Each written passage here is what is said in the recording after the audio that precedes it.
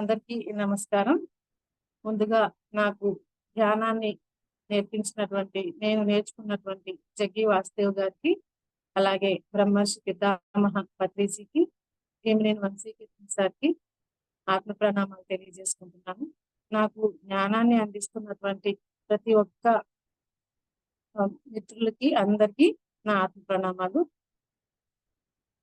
వింటున్న మీ అందరికీ కూడా నా ఆత్మ ప్రణామాలు. నాకు ఈ అవకాశం ఇచ్చిన భారతి మేడం, గిరిలక్ష్మి మేడం కూడా నా ఆత్మ ప్రణామాలు. ఈరోజు మనము ఏం తెలుసుకుందామంటే, అసలు మనము మన ఆధ్యాత్మిక జీవితము, మన ప్రాపంచిక జీవితాన్ని ఎలా పరస్పరం అనుబంధంతో మనము ముందుకు సాగించాలి. అంటే ఈ 2 మనకి ఇంపార్టెంటే. పరస్పరంగా అంటే మనకి ప్రాపంచిక జీవితాన్ని వదిలేయడానికి లేదు. అలానే ఆధ్యాత్మిక జీవితాన్ని వదిలేయడానికి లేదు. రెండిట్లో మనము సమానంగా ఉంటూ మనం జీవితాన్ని ముందుకు సాగించాలి. దేన్ని వదిలేసినా మనం జీవితం అసంపూర్ణమైపోతది. మనము ఆధ్యాత్మికంలోకి వచ్చిన తర్వాత దీన్ని వదిలేయలేము గదా! అలా అని ప్రాపంచికంగా ఉన్నటువంటి బంధాలను కూడా మనము వదిలేయకూడదు. అందరితో బావుండాలి. అన్ని సంబంధాలని చక్కగా మనం నిర్వహించుకుంటూ ఉండాలన్నమాట. ఈ క్లాసు నాకు హైమా మేడము చెప్పడం జరిగింది. ఆ హైమా మేడం చెప్పినటువంటి క్లాస్ పాయింట్స్ ఇవి. మేడం టార్కమ్ గారి బుక్‌లో నుంచి తీసుకున్నారు. 6 నియమాలు. ఈ 6 నియమాలు ఒక్కొక్క నియమంలో మళ్ళీ కొన్ని కొన్ని పాయింట్స్ ఉన్నాయి. అవి నేను వివరిస్తాను. ముందుగా నాకు ఈ క్లాస్‌ని చక్కగా నాకు అర్థమయ్యేటట్టు చెప్పారు హైమా మేడము. మేడం కృతజ్ఞతలు తెలియజేసుకుంటున్నాను. నేను అప్పుడు నోట్ చేసుకున్నాను ఈ పాయింట్స్. చాలా బాగా నచ్చినాయి నాకు. అది ఈరోజు చెప్పాలనుకుంటున్నాను. అసలు మనము సాధనలో ఉన్నప్పుడు, లేకపోతే మన ప్రాపంచిక జీవితంలో ఎలా ఉండాలి? ఈ సమాజంతో మనం ఎలా ప్రవర్తించాలి? మన ఆధ్యాత్మిక జీవితంలో గూడా మనము ఎలా ప్రవర్తించాలనే దాని గురించి ఈరోజు తెలుసుకుందాం. పరస్పర చైతన్యము బలోపేతం చేసుకోవాలి. పరస్పర చైతన్యం అంటే ఒకళ్ళకొకళ్ళు అంటే మ్యూచువల్ అండర్‌స్టాండింగ్ అంటారు గదా! మ్యూచువల్ అండర్‌స్టాండింగ్ అంటే మనం చెప్పేది ఎదుటి వాళ్ళు అర్థం చేసుకోవాలి. ఎదుటి వాళ్ళు చెప్పింది మనం అర్థం చేసుకోవాలి. అలా అర్థం చేసుకున్నప్పుడే గదా ఏదైనా మనం చేయగలుగుతాము. ఇప్పుడు మనకి భారతి మేడం చెప్పేది మనకి చక్కగా మనకి ఆమె ఫ్రీడమ్ ఇచ్చారు. మనకి ఏది కావాలంటే చేస్తున్నారు. మనం అలాగా దానికి స్పందించి మనం చేయవలసిన వర్క్‌ని మనం చేస్తున్నాం. ఇది పరస్పరమైనటువంటి అండర్‌స్టాండింగ్ అన్నమాట. ఆ చైతన్యాన్ని బలోపేతం చేసుకోండి అంటున్నారు. అంటే ఎక్కడైనా సరే, ఎవరితో అయినా సరే పరస్పరమైనటువంటి చైతన్యంతో ఉండాలి. అంటే నువ్వు చెప్పేది నేనెందుకు వినాలి? నేను చెప్పేది వాళ్ళే వినాలి అనే భావంతో కాకుండా, ఎవరు చెప్పినా మనము వినగలగాలి. విని అక్కడ మనకి ఏది మంచుంది, ఏది చెడుందనేది మనకి అవగాహన అవుతుంది గదా! దాన్ని బట్టి మనం ముందుకెళ్ళాలి. దాంట్లో ఒక 5 పాయింట్స్ ఉన్నాయి. అవి ఇప్పుడు తెలుసుకుందాం. మనం పరస్పర చైతన్యాన్ని ఎలా బలోపేతం చేసుకోవాలి అనే దానికి. ఉత్సాహము, సాహసము, సౌందర్యము, అనుభూతి, ఆకాంక్షలను పెంపొందించుకోవాలి. ఉత్సాహం అంటే ఎప్పుడు మనము ఉత్సాహంతో ఉండాలి. మనం క్లాసెస్ వినడానికి, చెప్పడానికి బద్ధకించకుండా లేకపోతే ఈరోజు ఏం వింటాంలే రోజు వింటున్నాం గదా! అని అలా కాకుండా ప్రతిరోజు మనము మన నిత్య జీవితంలో మన పనుల పట్ల కూడా రోజు చేసే పనులే గదా! బోర్‌గా ఉంది. బోర్డమ్ ఫీల్ అవ్వడం అట్లా కాకుండా ఉత్సాహంతో ఉండాలి.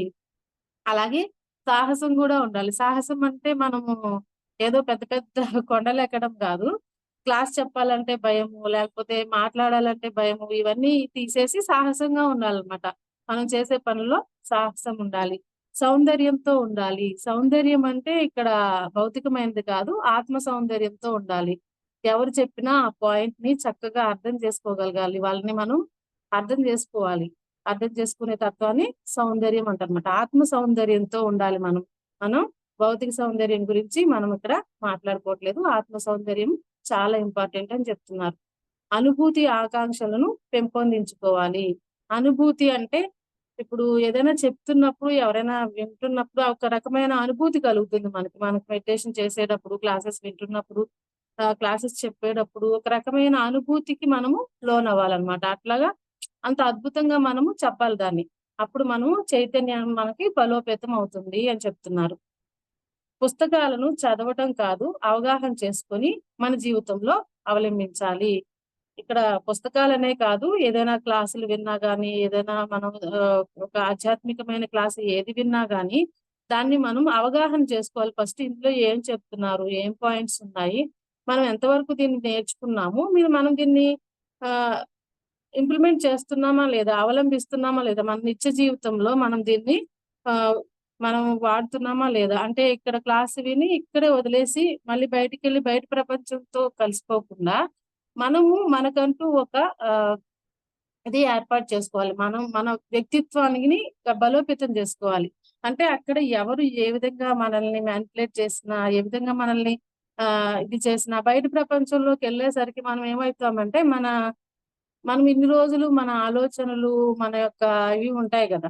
థాట్స్, మన యొక్క ప్రవర్తన అనేది మళ్ళీ మళ్ళీ మనం దాన్ని రిపీట్ చేస్తుంటాం. అలా కాకుండా మనం ఇక్కడ ఏదైతే నేర్చుకుంటున్నామో ఆ వ్యక్తిత్వాన్ని మనం డెవలప్ చేసుకొని దాన్ని అవగాహన చేసుకోవాలి. పుస్తకాలను చదివినా, క్లాసెస్ విన్నా గాని జీవితంలో దాన్ని అవలంబించాలి. మనం ఇక్కడ ఏం నేర్చుకుంటాము? No complaint, no judgement. Ah, ఎవరి జీవితాల్లో మనము తొంగి చూడకూడదు. మనం ఎవరిని బాధ పెట్టకూడదు. ఇవన్నీ నేర్చుకుంటాము. ఇవన్నీ నేర్చుకుని మళ్ళీ బయటికెళ్ళి మనము అక్కడ మళ్ళీ అలాగా అదే విధంగా ప్రవర్తిస్తే మనం ఏమి నేర్చుకోనట్టు లెక్క గదా! మనము ఎంత విన్నా, ఎంత చదివినా గాని దాన్ని ఇంప్లిమెంట్ చేయాలి అని చెప్తున్నారన్నమాట. ఈ చైతన్యం అనేది మనకి బలోపేతం అవ్వాలంటే ఇవన్నీ మనము చెయ్యాలి అని చెప్తున్నారు. ఎవరిని ఎప్పుడు చిన్నబుచ్చవద్దు. అంటే వాళ్ళు బాధపడేటట్టుగా లేకపోతే వాళ్ళని అది ఏ రకంగా అయినా సరే ఏదో జోక్‌గా, సింపుల్‌గా చిన్న చిన్న విషయాలు జోక్ చేయడం వేరు. చిన్నబుచ్చుకునేటట్లు మనం ప్రవర్తించకూడదు. అంటే మనం అనే మాటలు వాళ్ళకి బాధని కలిగించకూడదు. అప్పుడు మన చైతన్యం బలోపేతం అవుతుంది అని చెప్తున్నారు. ప్రేమని, ఆత్మీయతను అందించాలి. అందరికీ ప్రేమని అందించాలి. మనకి మహావతార్ బాబాజీ చెప్తారనమాట. ప్రేమని ఎప్పుడూ మనము మనసులో నింపుకోవాలి. మహావతార్ బాబాజీ ప్రేమ తత్వంతోనే ఉంటారు. ఇంక వేరే ఏమీ లేదు. ప్రేమ తత్వమే మన చైతన్యము. దానికి మించింది ఇంకోటి ఏది లేదని చెప్తారనమాట. ప్రేమ తత్వం అంటే ఎదుటి వాళ్ళని మనమైతే మనల్ని ఇప్పుడు మన పిల్లలు, బయట వాళ్ళు, మన వాళ్ళనే స్వార్థం లేకుండా మన పిల్లల్ని ఎలా చూసుకుంటున్నామో, బయట వాళ్ళని అలాగే మనల్ని మనం ఎలా ప్రేమించుకుంటున్నామో ఎదుటి వారిని కూడా అలాగే ప్రేమించాలి. యేసుక్రీస్తు చెప్తారిది. నిన్ను నీవు ఎలా అయితే ప్రేమించుకుంటున్నావో, అలాగే ఎదుటి వాళ్ళని కూడా ప్రేమించు అని. ప్రేమని, ఆత్మీయతను అందరికీ అందించాలి. దీనికి ఎగ్జాంపుల్ ఏంటంటే పాండవులు. వాళ్ళు ఎప్పుడు ప్రేమతత్వంతోనే ఉంటారనమాట. వాళ్ళ ప్రేమని అందరికీ అందిస్తూనే ఉంటారు. వాళ్ళెప్పుడు చెడు భావనలతో ఉండరనమాట. అందుకని వాళ్ళు చివరికి గెలిచారు. అందుకు ప్రేమతత్వం అనేది చాలా ఇంపార్టెంట్. మన జీవితంలో ప్రేమని అందరికీ పంచుతూ ఉండాలి. మనం ఆటోమేటిక్‌గా పంచుతూ ఉంటే మనం ఏదైతే ఇస్తామో మనకది వస్తూనే ఉంటది. మనము ఎక్కడికెళ్ళినా ఆ ప్రేమతత్వం మనకి తిరిగి వస్తూ ఉంటదనమాట. వేర్పాటును వదిలించుకోవాలి. ఆధిపత్యం చూపించవద్దు. వేర్పాటు అంటే డివైడ్ చేసుకోవడం. వాళ్ళలాంటి వాళ్ళు, వీళ్ళు ఇలాంటి వాళ్ళు, వాళ్ళతో నేను కలవను, వాళ్ళంటే నాకిష్టం లేదు. అలా కాదు. మనం అందరితో కలవాలి, అందరితో ఉండాలి. వాళ్ళ యొక్క స్థితిని అర్థం చేసుకోవాలంతే. వాళ్ళకి ఇంకా ఇప్పుడు మనకు అన్నీ తెలిసిన వాళ్ళు ప్రవర్తించేది వేరు. తెలీదు గదా! ఇప్పుడు ఎల్‌కేజీ పిల్లలున్నారనుకోండి. వాళ్ళకి తెలుస్తుందా వాళ్ళు ప్రవర్తించే విధానం?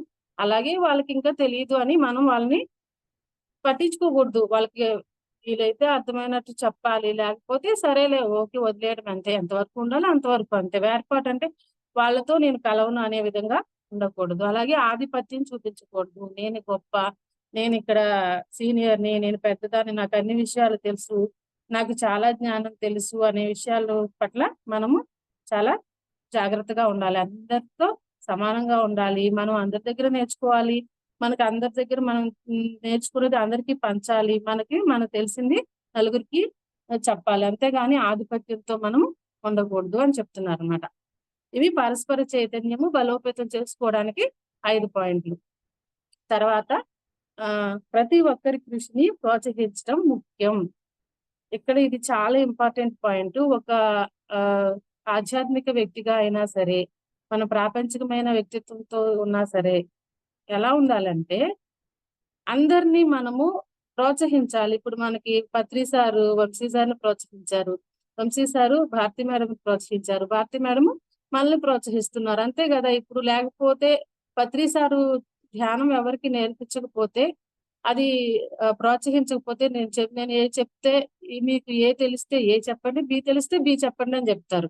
అంటే వాళ్ళకి ఆ కృషి అనేది వాళ్ళకి చెప్తూ ఎదుటి వాళ్ళని ప్రోత్సహించాలి. ఇప్పుడు సార్ చెప్పిన క్లాస్‌ని మళ్ళీ మీరెవరికైనా చెప్పండి. అంటే ప్రోత్సహించాలి. అలాగ చెప్తూ ఆయన ఏం చెప్తున్నారు? ప్రోత్సహిస్తున్నారు. వంశీ సారు మనల్ని, భారతి మేడంని అందరిని ప్రోత్సహిస్తున్నారు. అందువల్ల మనం ఈ జ్ఞానాన్ని అందరికీ పంచగలుగుతున్నామనమాట. అందుకని ప్రతి ఒక్కరి కృషిని ఆళ్ళు చేసి ఇప్పుడు ఒక క్లాస్ చెప్తాను మేడం అనగానే, మీరు చెప్పండి నేను రికార్డ్ చేస్తానంటారు మేడం. లేకపోతే మీరు చెప్పండి అని చక్కగా ప్రోత్సహిస్తారు గదా! అలాగా ప్రతి ఒక్కళ్ళని మనం ప్రోత్సహించాలి. వాళ్ళలో ఏ జ్ఞానం ఉందో మనకు తెలీదు గదా! ఎవరైనా ఏదైనా చెప్తున్నప్పుడు వాళ్ళని ప్రోత్సాహంతో చూసి వాళ్ళని ఎంకరేజ్ చేయాలి అని చెప్తున్నారు. ఎవరిని వెక్కిరించకూడదు. ఇక్కడ మనం ఎవరైనా ఏదన్నా పొరపాటున కొంచెం కొత్తగా వచ్చారనుకోండి, సరిగ్గా క్లాసులు చెప్పట్లేదనో, లేకపోతే వేరే విధంగానో మనము వాళ్ళని వెక్కిరించకూడదు అని చెప్తున్నారు. ఇక్కడ ఎగ్జాంపుల్ ఏంటంటే రాముడు. రాముడు ఉడత గురించి మనకు తెలిసిందే గదా! ఆ ఉడత కొంచెం ఆ నీళ్ళల్లో మునిగి ఆ ఇసుకని తన బాడీకంతా స్ప్రెడ్ చేసుకొని దాన్ని తీసుకొచ్చి సేతు మీద చల్లుతుంది రామ సేతు నిర్మించేటప్పుడు. అప్పుడు వీళ్ళందరూ వానరులందరూ "ఓ ఉడతా నువ్వు తప్పుకో, నువ్వేమి చేయలేవు. నువ్వు మా కాళ్ళకి అడ్డం పడుతున్నావు" అంటారనమాట. అంటే అప్పుడు రాముడు వచ్చి దాన్ని ఎంతగానో ప్రోత్సహిస్తాడు. అది చేసే పని ఇంపార్టెంటు. దాన్ని పూర్తి శ్రద్ధని, పూర్తి అక్కడ ఎంత పని చేయగలుగుతుందో అంత చేయగలుగుతుంది గదా! 100% ఇస్తుంది.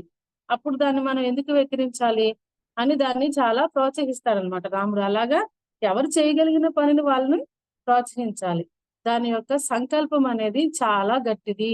మీరైతే ఎంతైతే బలంతో ఈ రామసేతు నిర్మిస్తున్నారో, ఆ యొక్క ఉడత యొక్క సంకల్పం గూడా అంతకన్నా గొప్పది అని జెప్తారనమాట రాముడు. అంటే ఆ చిన్న ఇసుక ఏసినంత మాత్రాన రామసేతు ఏమి మొత్తం అయిపోదు. కానీ అది చేయాల్సిన పనిని పూర్తిగా చేస్తుంది. నిబద్ధతతో చేస్తుంది అని మనము అందరిని ప్రోత్సహిస్తూ వెక్కిరించకూడదు. ఏ పని నువ్విలా చేసావే, అలా చేసావా అని వెక్కిరిస్తే ఏమవుతది? రెండోసారి ఆ పని చేయడానికి వాళ్ళు ముందుకు రారు గదా! అయ్యో! నన్ను ఎక్కిరిస్తున్నారు అని. ఏమన్నా పొరపాట్లుంటే ఇలా చెయ్యి, అలా చెయ్యి అని మనం వాళ్ళకి కొంచెం సజెషన్స్ ఇవ్వచ్చు. అంతేగాని వెక్కిరించకూడదనమాట. జెలస్ ఉండకూడదు. మనకిది తెలిసిందే. జెలస్ అనేది మనం ఎవ్వరి పట్ల ప్రవర్తించకూడదు. జెలస్ అనేది పూర్తిగా మనము ఈ ఆధ్యాత్మికతలోకొచ్చిన తర్వాత జెలస్ మన ప్రాపంచిక జీవితంలో గాని, మన ఆధ్యాత్మిక జీవితంలో గాని దీన్ని చాలా వరకు ఒక 95% తీసేయాలి. 5% అనేది మనకింకా సాధ్యం గాదేమో. మొత్తానికి ఈ జెలస్ అనేది పూర్తిగా మన నుంచి మనం ఒకవేళ ఉంటే దాన్ని గైడ్ చేసుకొని నేనిలా ఉండకూడదు అని రోజు మనం గైడ్ చేసుకుంటూ ఉండాలన్నమాట. చిత్తశుద్ధితో పనిచేసే వారిని ప్రోత్సహించాలి. చిత్తశుద్ధితో ఇప్పుడు ఎవరైనా ఆ పని చేయడానికి ముందుకొచ్చారు. నేను చేస్తాను. చిత్తశుద్ధితో అంటే పూర్తిగా దాని మీద శ్రద్ధ పెట్టి అంటే ఒక వర్క్ చేస్తారని దాన్ని నిర్లక్ష్యం చేయకుండా చాలా మంది పూర్తిగా దాని మీద పెడతారు గదా! టైం పెడతారు. అలాంటి వాళ్ళని పూర్తిగా మనము ప్రోత్సహించాలి అని చెప్తున్నారు. అభినందించాలి. ఏదైనా పని చేసినప్పుడు చక్కగా వాళ్ళని అభినందించాలి. మనకిది మన మేడము, సార్ అందరూ చేస్తూనే ఉంటారు. చక్కగా మీరు చాలా చేస్తున్నారు అని ఎప్పుడూ అభినందిస్తూ ఉండాలి. మన ఇంట్లో గూడా మన పిల్లల్ని ఎవరినైనా మంచి పని చేసినప్పుడు చక్కగా అభినందిస్తూ ఉండాలి. చక్కగా చేసావు పని చాలా బావుంది. అంటే వాళ్ళకి ఎంకరేజ్‌మెంట్ వస్తుంది గదా! ఇంకా ముందుకెళ్ళడానికి అవకాశం ఉంటుంది. నువ్వు ఏ పని చేసినప్పుడు దాన్ని వాళ్ళు విమర్శించారనుకో, ఇలా చేసావేంటి, అలా చేసావేంటి అన్నామనుకోండి, వాళ్ళకి ఇంకా చేయాలని అనిపించదు గదా! అందుకని వాళ్ళని ఎప్పుడు అభినందిస్తూ ఉండాలి. ఎవరైనా చిన్న పని చేసినా గూడా చక్కగా అభినందించాలి. విమర్శించకుండా అవగాహన అమలులో ప్రయత్నించాలి. విమర్శించకుండా ఇప్పుడు ఒకవేళ ఆ పని వాళ్ళు సరిగ్గా చేయలేదనుకోండి. ఒకవేళ వాళ్ళకి దాని పట్ల అంత చేయలేరు. కానీ ఉత్సాహం ఉంది చేయాలని. దానికేం జేయాలి వాళ్ళని నువ్వు ఈ పని చేయలేవు అని పూర్తిగా వాళ్ళని దాన్ని దూరం పెట్టేయకుండా, వాళ్ళకి ఒక అవగాహన అనేది కల్పించాలి. ఇది ఇలా చేయాలి. ఈ పని ఇలా చేస్తే నువ్వు బాగా చేయగలుగుతావు అని వాళ్ళకి ఒక అవగాహన కల్పించి, ఆ ప్రయత్నాన్ని ముందుకు తీసుకెళ్ళాలి. కొంతమంది ఉత్సాహం పడతారు. నేను ఈ పని చేస్తా పిల్లలు గూడా ఏదన్నా వంట చేస్తానని వస్తారు. వాళ్ళకి పాపం అది తెలీదు. నీకు తెలీదు పో అని అనకుండా మన పక్కనే ఉండి వాళ్ళని ప్రోత్సహించాలన్నమాట. నువ్విలా చెయ్యి, నేనిక్కడే ఉంటాను. సరే చెయ్యి, నువ్వు ప్రయత్నం చేస్తానంటున్నావు కదా, నేను చెయ్యి అని దాని పట్ల వాళ్ళకి అవగాహన కల్పించాలి. అలాగే మన ఆధ్యాత్మిక జీవితంలో కూడా ఏదైనా ఆ పని వాళ్ళకి సరిగ్గా రాదని మనకు తెలుస్తుంది కదా! అప్పుడు దాన్ని చక్కగా ఇలా చేయండి, ఇలా చేయండి అని మనం ఒక అవగాహనని కల్పించాలి అని చెప్తున్నారు. ఇవి 2 పాయింట్స్ అయిపోయినాయి. పరస్పర చైతన్యం బలోపేతం చేసుకోవడంలో 5 పాయింట్లు నేర్చుకున్నాం. అలాగే ప్రతి ఒక్కరి కృషిని ప్రోత్సహించడంలో 5 పాయింట్లున్నాయి. అలాగే మూడోదేంటంటే ప్రతి ఒక్కరి మనస్సును ప్రజ్ఞా ప్రకాశం పొందేటట్లు చూడాలి. ప్రజ్ఞా ప్రకాశం అంటే ఎప్పుడు ఆ ప్రజ్ఞ అనేది జ్ఞానంతో నిండిపోయి ఉండేటట్టు వాళ్ళ యొక్క మనస్సును మనం ప్రజ్ఞా ప్రకాశం పొందేటట్లు మనము వాళ్ళకి ప్రోత్సాహాన్ని ఇవ్వాలి. చదివింది అర్థం అయ్యేదాకా చదవాలి. ఏదైనా ఒక బుక్ చదువుతున్నామనుకోండి, అర్థం కావట్లేదు మేడం ఈ బుక్ అంటే 4, 5 సార్లు చదవండి. లేకపోతే డిస్కషన్ చేసుకున్నా కూడా మనకి ఏదన్నా ఈ బుక్ నాకు అర్థం కావట్లేదంటే ఏదైనా క్లాస్ పెట్టుకొని డిస్కస్ చేసినా కూడా అందరూ తలా ఒక పాయింట్ చెప్తారు. మనకి చాలా బాగా అర్థమవుతుందనమాట. అది అర్థమయ్యే వరకు ఇప్పుడు ఒక బుక్ చదివి పక్కన పెట్టేసామనుకోండి, దాంట్లో జ్ఞానం మనకి ఆత్మలోకి ఎళ్ళదు గదా! దాన్ని పూర్తిగా ఒకసారి అర్థం కాలేదు, 2 సార్లు అర్థం కాలేదు, మూడోసారి చదివినప్పుడు మనకి చక్కగా అర్థమవుతుంది. అలాగా దాన్ని మనము ఏ విషయాన్నైనా కూలంకుషంగా అర్థమయ్యే వరకు మనం దాన్ని నేర్చుకోవాలి. ఇది నాకు రావట్లేదు, నాకు తెలీదు అని అనుకోకుండా పూర్తిగా దాన్ని అర్థమయ్యేటట్లు మనం నేర్చుకోవాలి. వినయంగా ఉండాలి. వినయం అనేది చాలా ఇంపార్టెంట్. అంటే అతి వినయం కాదు, వినయం. వినయం అంటే రాముడినే ఎగ్జాంపుల్‌గా తీసుకోవచ్చు. ఆయన చాలా వినయంగా ఉంటాడు. అలా అని అతి వినయం ప్రదర్శించడు. ఎవరి పట్లైనా వినయంగానే ఉంటాడాయన. భార్య పట్ల గాని, స్నేహితులు ఎవరి పట్లైనా ఒకలాంటి ఆయన వినయాన్ని ప్రదర్శిస్తాడు. అది చక్కగా మనం చూడ్డానికి ఆ ప్రవర్తన అనేది చాలా బావుంటుంది. అంటే ఏదో రెక్లెస్‌గా మాట్లాడడం గాని, ఎవరితో మాట్లాడినా సరే చక్కగా వినయంగా మాట్లాడతాడనమాట. అలాగా మనము అందరితో వినయంగా ప్రవర్తించాలి. మన పిల్లలే గదా అని చులకనగా మాట్లాడడం, మన భర్త మన వాళ్ళే అని కూడా వాళ్ళతో అలా మాట్లాడకూడదు. వినయంగా ఉండాలి. ఎవరి పట్లైనా మన తోటి మాస్టర్స్ పట్లైనా అంటే అతి చనువు తీసుకొని వాళ్ళతో ఏది పడితే అది మాట్లాడడం అలా చేయకూడదు. ఎప్పుడు మనము మన పరిధుల్లో ఉంటూ వినయంగా ఉండాలి. ఇతరుల విలువ మనం గుర్తించాలి. ఇతరులు విలువ ఇప్పుడు ఎవరైనా ఒకళ్ళు మనకెంతో హెల్ప్ చేస్తున్నారు, మనతో ఉన్నారు. వాళ్ళు మన దగ్గర లేనప్పుడు వాళ్ళ యొక్క విలువ మనకు తెలుస్తుంది. మన దగ్గర ఉన్నది ఏది మనకి విలువ తెలీదనమాట. అది వస్తువైనా, మనుషులైనా ఏదైనా సరే మన దగ్గరే ఉందనుకోండి దాని విలువ మనకు తెలీదు. దాన్ని మనం ఎప్పుడైతే దాని విలువ తెలుసుకుంటామో అప్పుడు మనం దాన్ని చాలా బాగా చూసుకుంటాం. అంతే గదా! ఇప్పుడదే ఇంట్లో ఉండే మనుషుల పట్ల గూడా మనం మన దగ్గరే వాళ్ళు కొన్ని రోజులు మనకు దూరంగా ఎళ్ళిపోయారనుకోండి, అప్పుడు మనకు వాళ్ళ విలువ తెలిసొస్తది. అవును, వాళ్ళుంటే ఇట్లా ఉండేది, అలా చేసేవాళ్ళు, ఇలా చేసేవాళ్ళని. అలా దూరమయ్యే వరకు కాకుండా మనం వాళ్ళ దగ్గరే ఉన్నప్పుడే వాళ్ళ విలువను గుర్తించి వాళ్ళని గౌరవించాలి అని చెప్తున్నారు. ఇక్కడ నారదుడి కథ ఒకటి చెప్పారు మేడము. నారదుడంట ఎప్పుడు ఆ నారాయణ తత్వం గురించి ఆయన చెప్తూ ఉంటారు గదా! నారాయణ, నారాయణ అని అన్ని లోకాలు తిరుగుతూ ఉంటారు గదా! అయితే ఒకసారి బృందావనంకొచ్చారంట. అయితే అక్కడ గోపికలు ఎవరి పనులు వాళ్ళు చేసుకుంటూ ఉన్నారు. వాళ్ళ పనులు వాళ్ళు ఉన్నారు. వాళ్ళు పాలు పిండుకోవడము, పాలు పోసుకోవడము, మజ్జిగ చిలుక్కోవడము, ఈ పనుల్లో ఉంటారు గదా గోపికలు. ఆ పనులు చేసుకుంటూ ఉన్నారు. ఎవరి పనుల్లో వాళ్ళు నిమగ్నమై ఉన్నారు.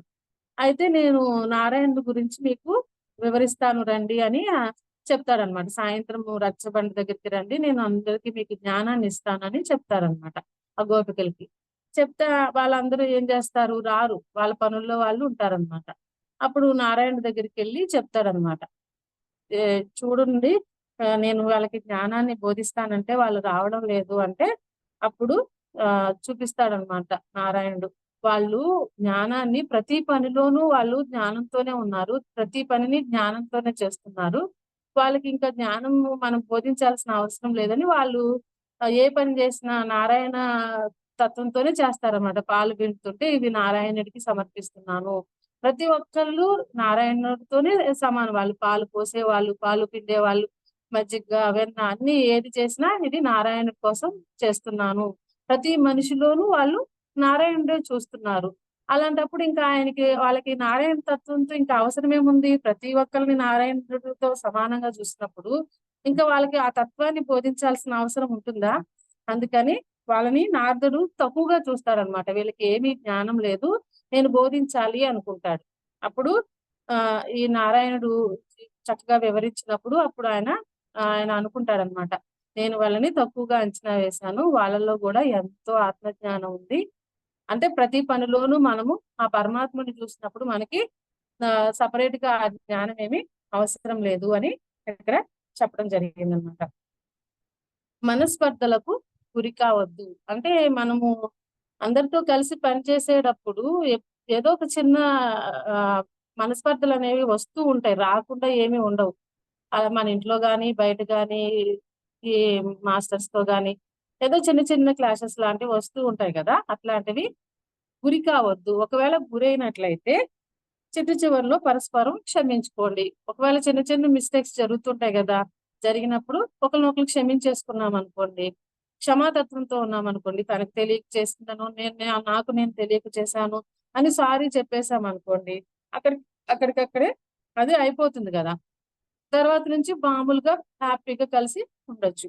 అందుకని ఇక్కడ అసలు మనస్పర్ధలకు గురయ్యే పరిస్థితులను తెచ్చుకోవద్దు. ఒకవేళ తెచ్చుకుంటే కనుక, ఒకవేళ అలా జరిగితే గనుక మీరు వాటిని పరస్పరం చక్కగా క్షమించేసుకోండి అని చెప్తున్నారనమాట. ఇది ఆహ్, ఐదో పాయింటు. ప్రతి ఒక్కరి మార్గంలో ప్రతి ఒక్కరిని మార్గంలోకి తీసుకురావడానికి సేవా త్యాగాలు అనుసరించాలి. సేవ చేయాలి, త్యాగము అనుసరించాలి. అంటే ప్రతి ఒక్కరిని ఈ మార్గంలో తీసుకురావడానికి మనం కొన్ని త్యాగాలు చేయాలి. సేవ చేస్తూనే ఉండాలి అని చెప్తున్నారన్నమాట. అంటే సేవ అంటే ఎప్పుడు మనము ఈ సేవలోనే ఉండాలి. ఎవరికైనా మెడిటేషన్ నేర్పించాలంటే కర్మ ధ్యానం, కర్మ విపాక ధ్యానం ఏం నేర్పించాలన్నా మనం రెడీగా ఉండాలన్నమాట. ఆ సేవ చేయడానికి సంసిద్ధతతో ఉండాలి అనుక్షణం. నాకిప్పుడు కుదరదు మేడం, నాకు పనులున్నాయి అలా చెప్పకుండా ఎప్పుడు ఆ సేవాభావంతో మనము ఉండాలి. అలాగే కొన్ని త్యాగాలు గూడా చేయాలంటున్నారు. ఆహ్, ఫర్ ఎగ్జాంపుల్ పాపం భారతి మేడం క్లాస్ చెప్పాలనుకున్నారనుకోండి, నేను చెప్తాను మేడం అంటే, సరే చెప్పండి మేడం అని త్యాగం చేస్తాం గదా! మనం ఎవరో ఒకళ్ళు త్యాగం అనేది చేయాలి. అంటే త్యాగం అంటే అది పెద్దదేం గాదు. సరేలే ఈ రోజుకి మీరు చెప్పండి, నేను రేపు చెప్తాను. అంటే చిన్న చిన్నవి అంటే నేనే చెప్తాను కుదరదు, మీరు చెప్పకూడదు అలా గాకుండా అలాంటి త్యాగాలు గూడా చేయాల్సొస్తది. ఇంకా కొన్ని త్యాగాలు ఎవరైనా ఆ రోజు క్లాస్ లేకపోతే నేను చెప్తానని ముందుకు రావడం అవి కూడా త్యాగం కిందకే వస్తాయన్నమాట. ఎప్పుడూ సేవకి సిద్ధంగా ఉండాలి. త్యాగం గూడా చేయాలి అని చెప్తున్నారు. అనుసరించాలి అని చెప్తున్నారు. సంసిద్ధతను కలిగి ఉండాలి. ఎప్పుడు అనుక్షణం సంసిద్ధతతో ఉండాలి. ఎప్పుడు ఏ పని చెప్పినా మనం చేయడానికి రెడీగా ఉండాలన్నమాట. క్రమశిక్షణతో ఉండాలి. ఇది ఖచ్చితంగా క్రమశిక్షణ అనేది లేకపోతే మనము ఏది చేయలేము. టైంకి క్లాస్‌కి రావాలి. క్లాస్ చెప్పేటప్పుడు చెప్పాలి. వినేటప్పుడు వినాలి. ఏదైనా సమయం కుదరనప్పుడు ఓకే. కానీ మనకి టైం ఉండి కూడా వినకుండా ఉండడము, ఏముందిలే రోజు జరిగే సత్యం సంగతిమే గదా! ఈరోజు వినకపోతే ఏముందిలే అలా కాకుండా రోజు క్రమశిక్షణతో ఉంటే మన యొక్క ఆత్మ అనేది చక్కగా ముందుకు సాగుతుందనమాట. ఆత్మ జ్ఞానం అనేది ముందుకి మనం ఆత్మ జ్ఞానాన్ని ఎంత ఎక్కువగా తీసుకుంటే మన యొక్క ఆత్మ పరిణితి అంతా ఎక్కువగా ఉంటుందనమాట. ఆ క్రమశిక్షణ అనేది ఖచ్చితంగా కలిగి ఉండాలి అని చెప్తున్నారు. కాంతిని, సౌందర్యాన్ని అందించాలి. అందరికీ ఒక కాంతిని, సౌందర్యాన్ని అందించాలి. కాంతి అంటే మనలోని ఉన్నటువంటి జ్ఞానాన్ని అందరికీ అందించాలి. సౌందర్యం అంటే ఇందాక చెప్పినట్లు అది ఆత్మ సౌందర్యం అన్నమాట. ఎప్పుడు మనము చక్కగా సౌందర్యంతో ఉండాలి. అందరికీ ఆ జ్ఞానాన్ని అందించాలి. మనము ఇతరుల నుంచి జ్ఞానాన్ని తీసుకోవాలి. మనము అందిస్తూ ఉండాలి. భవిష్యత్ నాయకత్వానికి సిద్ధమవ్వాలి. అంటే ఇప్పుడు మనము ధ్యానంలోకొచ్చాము. కొన్ని సంవత్సరాలయిపోతుంది. ఇంకా మనము ఏదన్నా ఒక వర్క్ ఇస్తే చేయడానికి చక్కగా ముందుకొచ్చేయాలి. ఇంకా నాయకత్వంలోకొచ్చేయాలన్నమాట. లీడర్‌షిప్‌కొచ్చేయాలి. అంటే మనకి ఎక్స్‌పీరియన్స్ వచ్చింది గదా! మనం ఇన్ని రోజుల నుంచి చూస్తున్నాం గదా! మాస్టర్స్ ఎలా వర్క్ చేస్తున్నారు? ఏ విధంగా ముందుకెళ్తున్నారు? ఇవన్నీ మనము చక్కగా నేర్చుకోవాలి. అవన్నీ నేర్చుకొని ముందుకెళ్ళాలి. అంతేగాని ఇంకా అక్కడ ఎక్కడైతే మనము జాయిన్ అయినప్పుడు ఎలా ఉన్నామో క్లాస్‌లో, అలాగే ఉండకూడదు. మనము ముందుకెళ్ళిపోతూ ఉండాలి. మనం ఎంత నేర్చుకున్నామో దాన్ని ఇంప్లిమెంట్ చేస్తూ, ఇంకా నేను ఈ వర్క్ చేస్తాను మేడం, నేను ఇది చేస్తాను అని మనము ముందుకెళ్ళిపోవాలి. నాయకత్వ లక్షణాలను మనం తెచ్చుకోవాలన్నమాట. నాయకత్వంలోకి వెళ్ళిపోవాలి. అందరినీ సంసిద్ధత చేయడము, అందరికి జ్ఞానాన్ని అందించడము, చక్కగా అందరికి కాంతిని, సౌందర్యాన్ని అందించడం, వీటిలో మనం ముందుండాలి. అలాగే నాయకునికి ఉండవలసిన లక్షణాలు. బాధ్యతాయుతత్వం అంటే బాధ్యతగా ఉండాలి. ప్రతి పనిలో బాధ్యత అనేది ఉండాలి. ఎటువంటి ఇర్రెస్పాన్సిబిలిటీకి మనము గురి కావద్దు. ఎందుకంటే మనమే బాధ్యతగా లేకపోతే ఇంకా మిగతా వాళ్ళు ఎలా ఉంటారు? మనం వాళ్ళకి ఒక రోల్ మోడల్ గా ఉండాలి బాధ్యతలో. ఈ పని అప్పచెప్తే చక్కగా ఈ మేడం చేసేస్తారు. ఈ పని చేయగలిగే శక్తి ఉంది అని ఆ బాధ్యతను మనం తీసుకున్నప్పుడు దాన్ని పూర్తి చేయగలిగి ఉండాలి.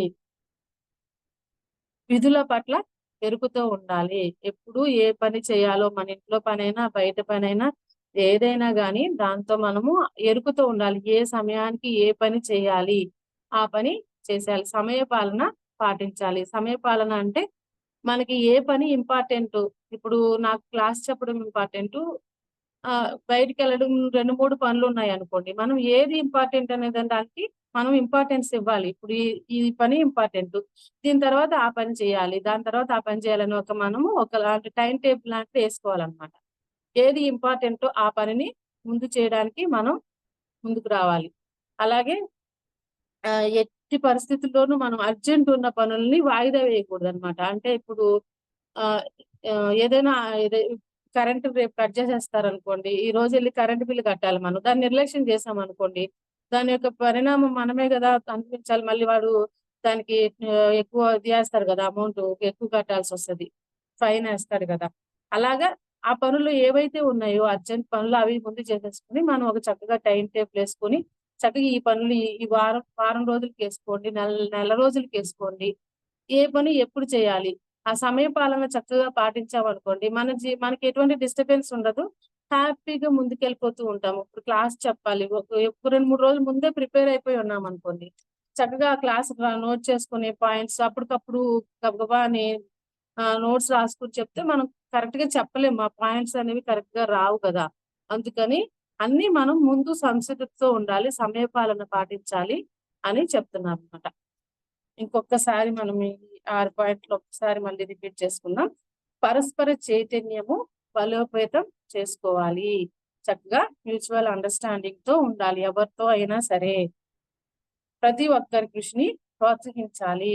ఎవరు చక్కగా ఆ పనులు చేస్తున్నారో వాళ్ళని ప్రోత్సహిస్తూ ఉండాలి. ప్రతి ఒక్కరి మనసు ప్రజ్ఞా ప్రకాశం పొందేటట్లు చూడాలి. అందరినీ చక్కగా ఆ జ్ఞానం వైపు మళ్లించే ప్రయత్నం మనం చేయాలి.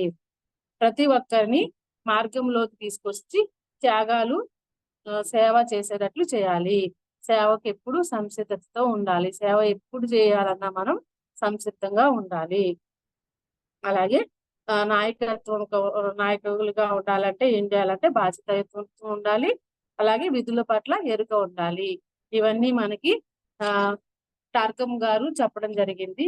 వీటిని మనం చక్కగా మన నిత్య జీవితంలో, మన ప్రాపంచిక జీవితంలోను, ఆధ్యాత్మిక జీవితంలోను చక్కగా నోట్ చేసుకొని మనం ఎలా ఉన్నాము, ఇంకా ఎందులో మనము తక్కువగా ఉన్నాము, ఏది మనము సరిగ్గా చేస్తున్నామా లేదా అని ఒకసారి చూసుకుంటే మనకి అర్థమవుతుంది మనం ఎలా ఉన్నామనేది.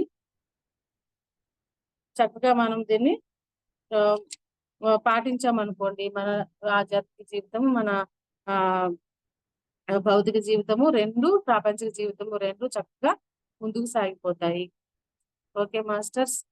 థాంక్ యూ నాకు ఈ అవకాశం ఇచ్చినందుకు.